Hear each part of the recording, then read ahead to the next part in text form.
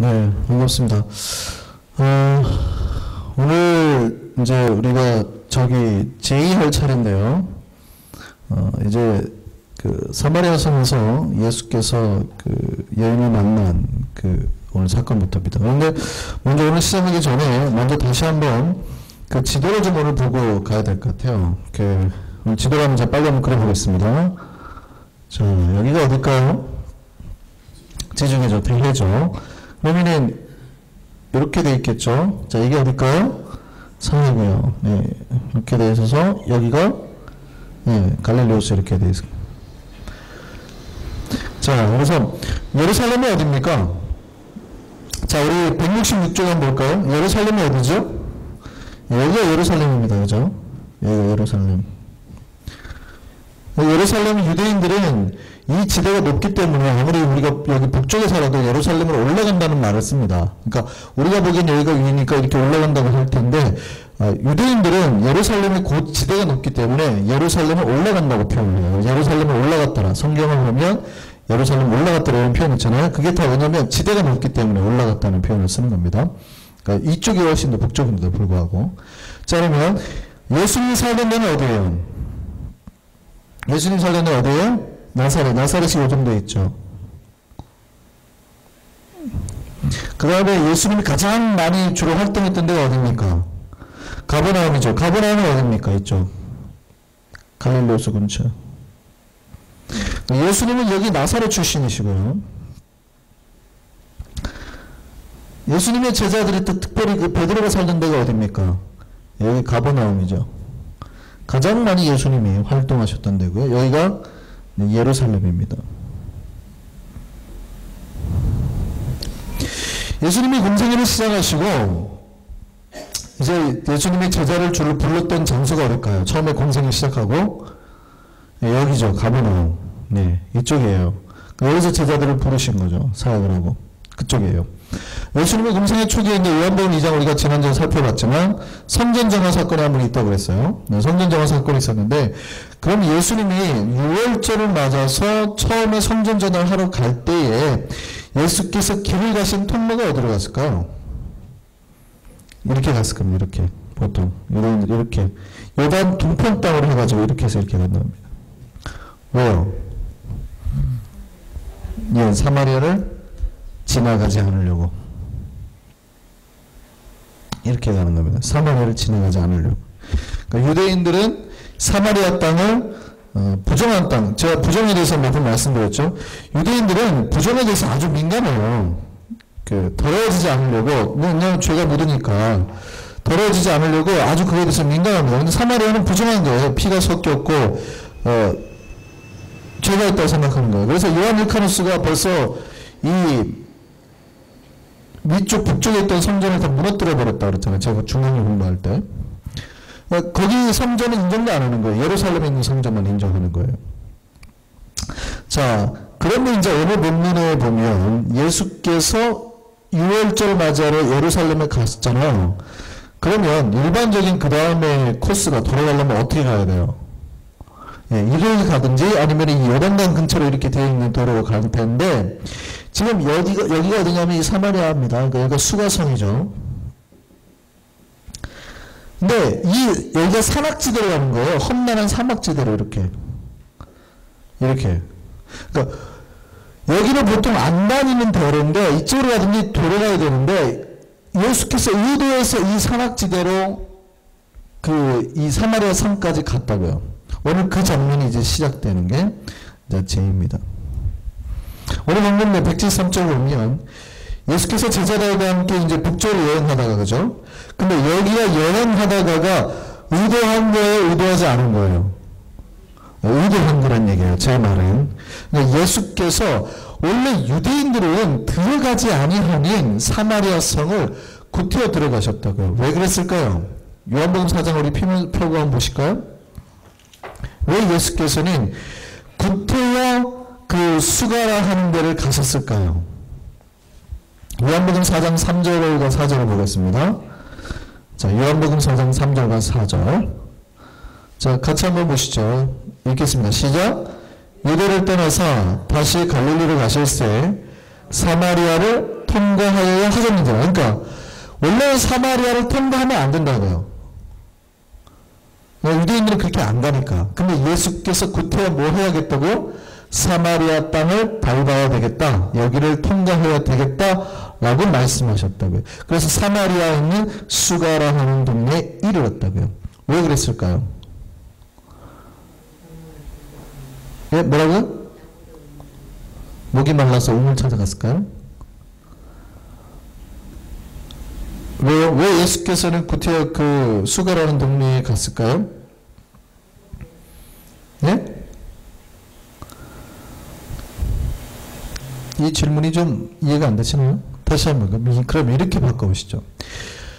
예수께서 구태여 천국에 그냥 사시지 이 땅에 왜 구태여 인카네이션 하셔가지고 이 땅에 오셨을까요? 낮아지려고요? 사마리아 사람 구하려고요? 아니 예수께서 왜 인카네이션 하셔가지고 이 땅에 오셨냐고요? 너무 지금 두리뭉실하세요. 왜 영혼을 구원하고 우리를 구원하는 게 아니죠. 누구를 구원하기 위해서요? 누구를 만나기 위해서요? 아니에요. 예수께서 무슨 사마리아인을 만나려고 오셨어요. 그렇죠. 여러분 때문에 인카네이션 하셨다니까요. 구원은 굉장히 여러분 개인적인 거잖아요. 물론 제가 공동체적인 구원도 얘기하지만 하나님께서 이 땅에 왜 인카네이션 하셨다고요? 많은 사람을 살리려고요? 아니요. 여러분에게 그렇게 말씀하시면 안 되죠. 여러분을 만나려고 해요. 예수께서 구태여 이렇게 원래는 이렇게 가야 되는데 구태여 사마리아 성에 들어가려는 이유는 뭐예요? 그렇죠. 그 여인을 만나려고 해요. 그 여인을 만나기 위해서입니다. 근데 그 여인은 그 계획을 알아요? 몰라요? 모르죠. 그 여인은 자기를 만나러 누가 오는지도 몰라요. 여러분이 하나님을 만날 거라고 알고 태어났어요? 천만에요. 우리는 인식도 못할 때, 우리는 그 사실을 알지도 못했지만 하나님은 이미 우리를 만나러 오려고 준비하시고 계획하신 거예요. 이 여인은 예수라는 사람도 모르고 예수가 올 거라는 데 생각지도 못했죠. 그냥 평범하게 당시의 의무를 물들어 갔을 뿐이에요. 근데 가장 적절하게 가장 최고의 장소 예수님이 그 여인을 불러내죠. 왜 적절하고 최고의 장소인지 아세요? 아무도 없는 장소거든요. 제자들은 먹을 거 구하러 가고 낮 12시에 아무도 없었어요. 왜 낮 12시에 아무도 없을까요? 네, 너무 더워서 그 시간에는 활동을 안 해요. 근데 그 여인이 그 더운 날 물 길러 왔다고요. 그 얘기는 무슨 얘기예요? 왕따 당하는 여인이에요. 아무도 없는. 그러니까 보통 여자들이 가장 옛날 여자들 생각해 보시죠. 요즘 말고 가장 수다를 많이 하는 데가 어디예요? 우물가. 그 다음에 빨래터. 우물가 빨래터예요. 여자들이 가장 옛날에는 여자들이 모여서 수다 떠는 데가. 그러면 물 길러 가려면 언제 가야 돼요? 서늘한 시간에 여자들이 많이 모일 때. 근데 이 여자는 언제 간다고요? 한낮에 12시에 한낮에 아무도 없을 때 일부러 일사병 걸리려고. 그죠? 아무도 없을 때 간다고요. 그러니까 예수께서 가장 좋은 타임에 그 여인을 만나서 심도 깊은 대화를 하게 됩니다. 그리고 이 여인을 통해서 어떤 역사가 일어나요?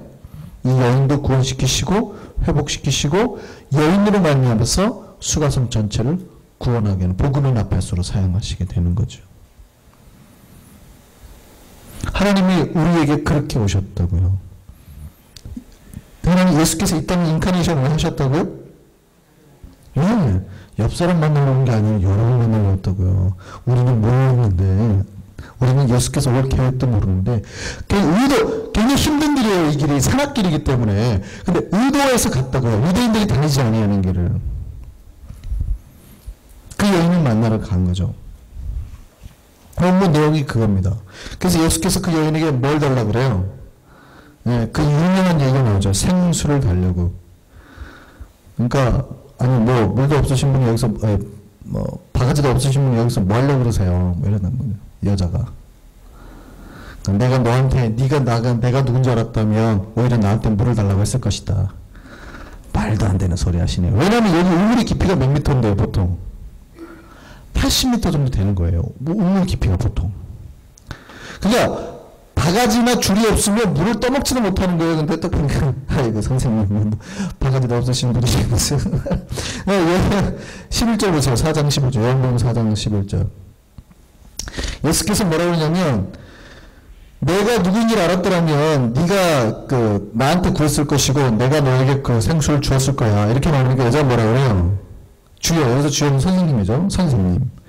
보니까 물 기를 그릇도 없고 이 물이 깊은데 아이고 어디서 생수를 얻으시겠다고 이렇게 말하는 거예요.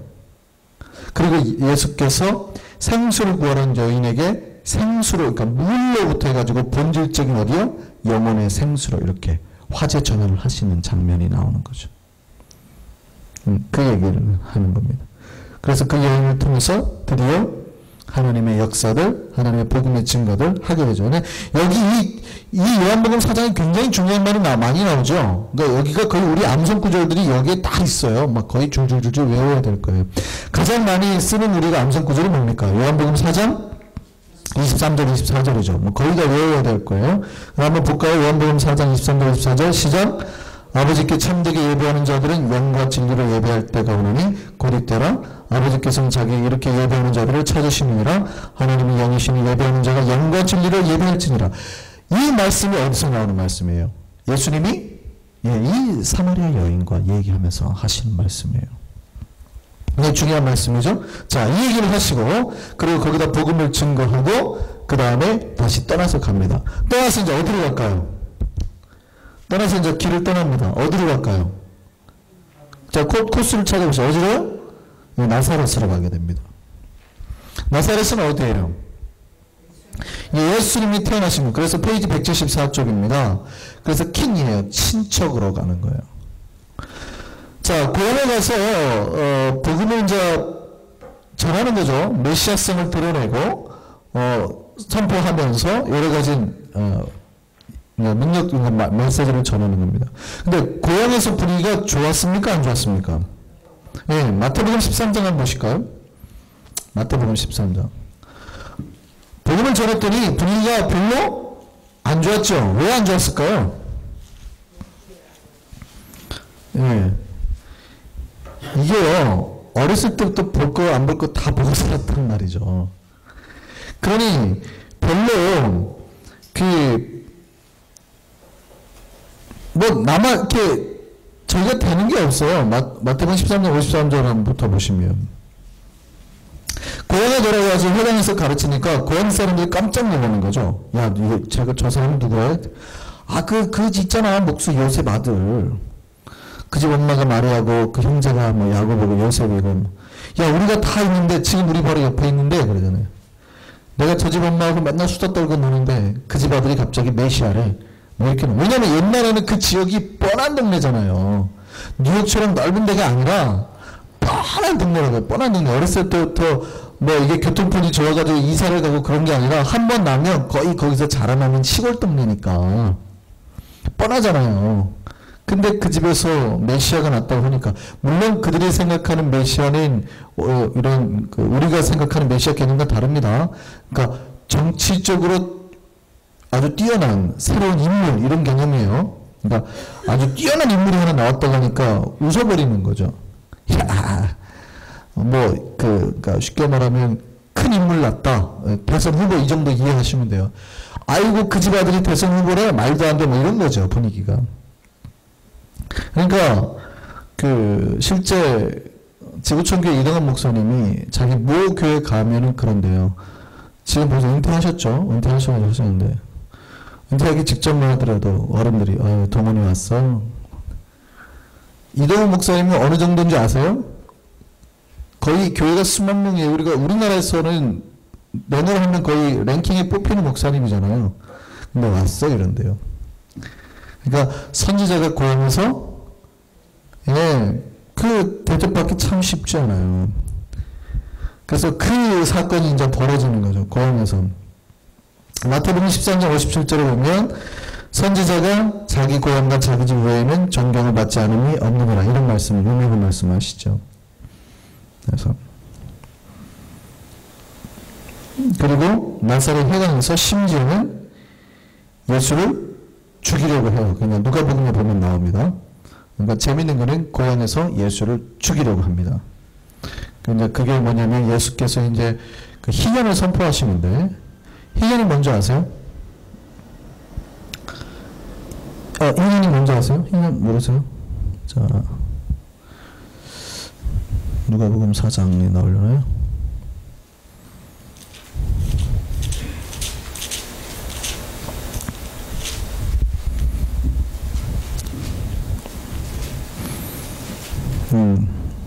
누가복음 4장입니다. 누가복음 4장 16절 한번 보시면, 예수께서 이제 나사렛에서 복음을 증거하는데, 이 사람들이 누가복음 4장 22절 보세요. 예수의 말을 어떻게 여겨요? 놀랍게 여겨요. 누가복음 4장 22절 찾으셨어요? 그러니까 누가복음 4장 19절입니다. 뭘 전파해요? 주의 은혜회. 은혜회를 보통 유대인들이 해석할 때는 뭐로 해석하냐면 희년으로 해석하는 거예요. 희년. 희년이 뭘까요? 희년. 자, 희년에 대해서 다시 한번 좀 더. 욕하는 게 아니죠, 희년이. 희년이 뭐예요? 모르세요, 희년? 자, 유대사에서 7년은 뭡니까? 안식년이죠. 안식년에는 뭐예요? 그 땅을 한번 쉬어요. 7년 지나면 그 땅을 한번 쉬고 1년 동안 쉬게 합니다. 휴경하고 쉬게 하죠. 농사를 안 짓고. 근데 7년, 그래서 안식년이 있어요. 그래서 한국에서도 보통 선교사 뭐들 해외 나가면 아니면 목회자들이 7년에 한 번씩 안식년을 가지잖아요. 그래서 7년 그러니까 6년 목회하면 7년째는 보통 1년을 쉽니다, 목사님들이. 근데 현실적으로 목사님들이 많이 그렇게 1년을 쉬거나 그러시는 분들은 많이 없으신 것 같고, 좀 대형교회 목사님들이, 김동호 목사님 같은 경우는 그때 1년을 쉬셨나, 6개월을 쉬었나, 이래서 아예 그냥 딱 공식적인 자리를 맡겨버리고 나가버렸죠. 그렇게도 하는데, 그렇게 하시는 분은 없고, 대신에 한 달, 2달 정도 이상, 7년째 되면 보통 쉬시죠, 많이. 그러니까 선교사들은 7년째 되면 거의 1년을 쉬는 선교사들 대부분 많죠. 한번 브레이크타임을 가지죠. 그래서 1년 동안 다시 공부하고, 그러니까 아프리카 같은 데서 일하시는 분들은, 그러니까 한국에서 후원해주면은 이런 미국 같은 데 와서 1년 동안 다시 공부하게끔 하고 다시 보내고 이럽니다. 7년째가 안식년이에요. 근데 희년은 뭐예요?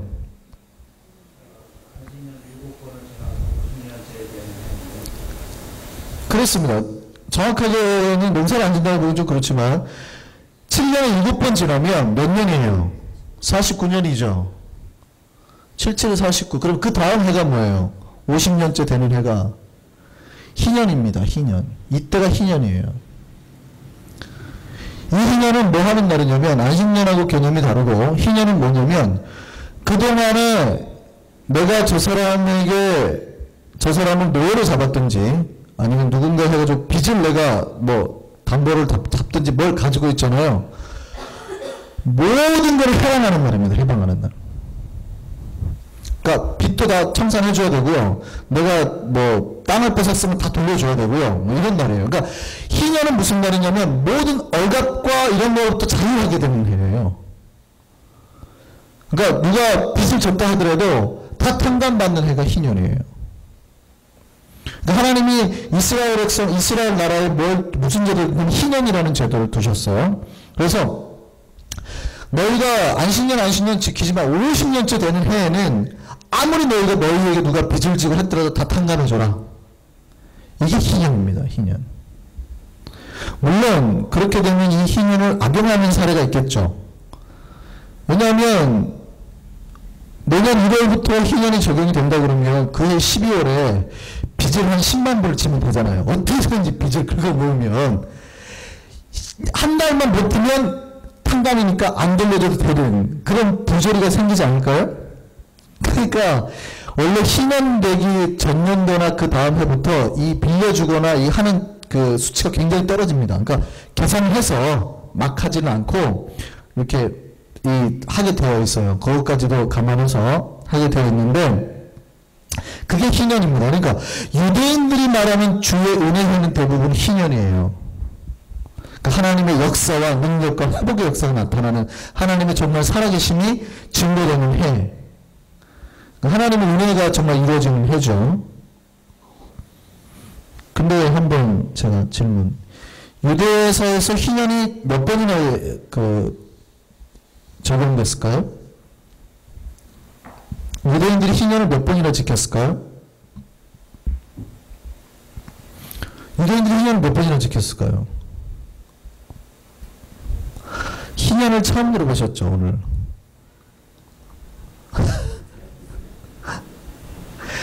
유대인들이 재밌게요. 이스라엘 백성들이 단 한 번도 희년을 지킨 적이 없습니다. 그러니까 하나님이 지키라고 명령했는데 이 사람들이 단 한 번도 희년을 지킨 적이 없어요. 그러니까 자기의 경제적 이권과 부딪히면 하나님의 말씀도 다 무시하고 살았다고요. 우리와 되게 비슷할 수 있어요. 그래서 희년을 선포하는 목사님들이 굉장히 많습니다. 그러니까 우리에게 억압되고 이런 것들을 풀어주는 그런 것들을 지켜나가자. 왜냐하면 이게 사실은 주 예수 그리스도의 성령의 역사는 희년의 해거든요. 모든 억압과 자유로부터 자유하게 되는 것. 그러니까 심지어 누가 나에게 빚을 졌다 하더라도 그걸 자유하게 할 수 있는 이런 능력의 역사. 그게 사도행전에 나타났잖아요. 자기 재산을 다 내고 뭐 이런 역사들이 사실 희년의 역사가 이루어진 거거든요.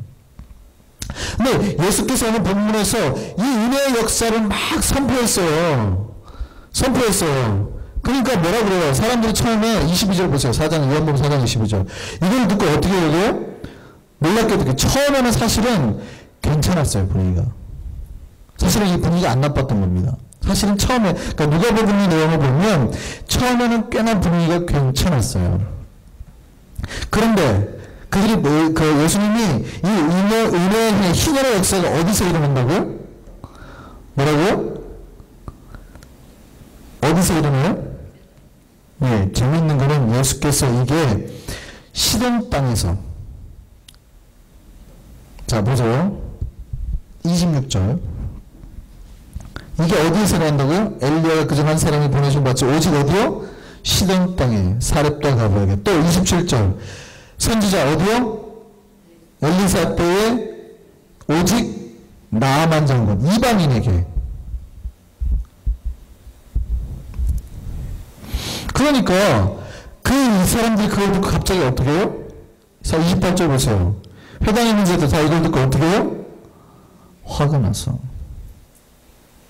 사실은 처음에 놀랍다고 하는 건 굉장히 긍정적인 반응이에요. 처음에는 드디어 우리 동네에도 괜찮은 메시아가 나오려나 보다 이런 반응이었거든요.